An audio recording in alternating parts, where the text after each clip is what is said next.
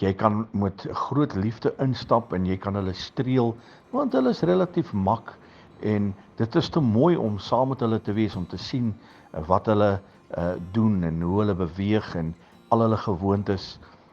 En eendag die eienaar van hierdie takbokke, toe het hy nog gedink hy streel en die volgende oomblik, toe is hierdie takbok aggressief en takbok gooi omdat hy eenkant sit. En toe ek dit hoor, toe besef ek dis presies hoe die vyand is. Die vyand laat jou partykeer toe, jy kan met hom doenig wees en jy kan streel aan hom, maar iewers, as hy jou ingekatrol het, dan gaan daar moeilikheid wees. Hy kom baie slinks voor.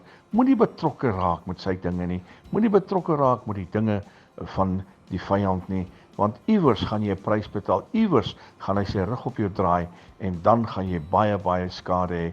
Los die dinge wat nie van die Here is nie. Bly by die Here, jy gaan veilig wees, jy gaan beskut wees.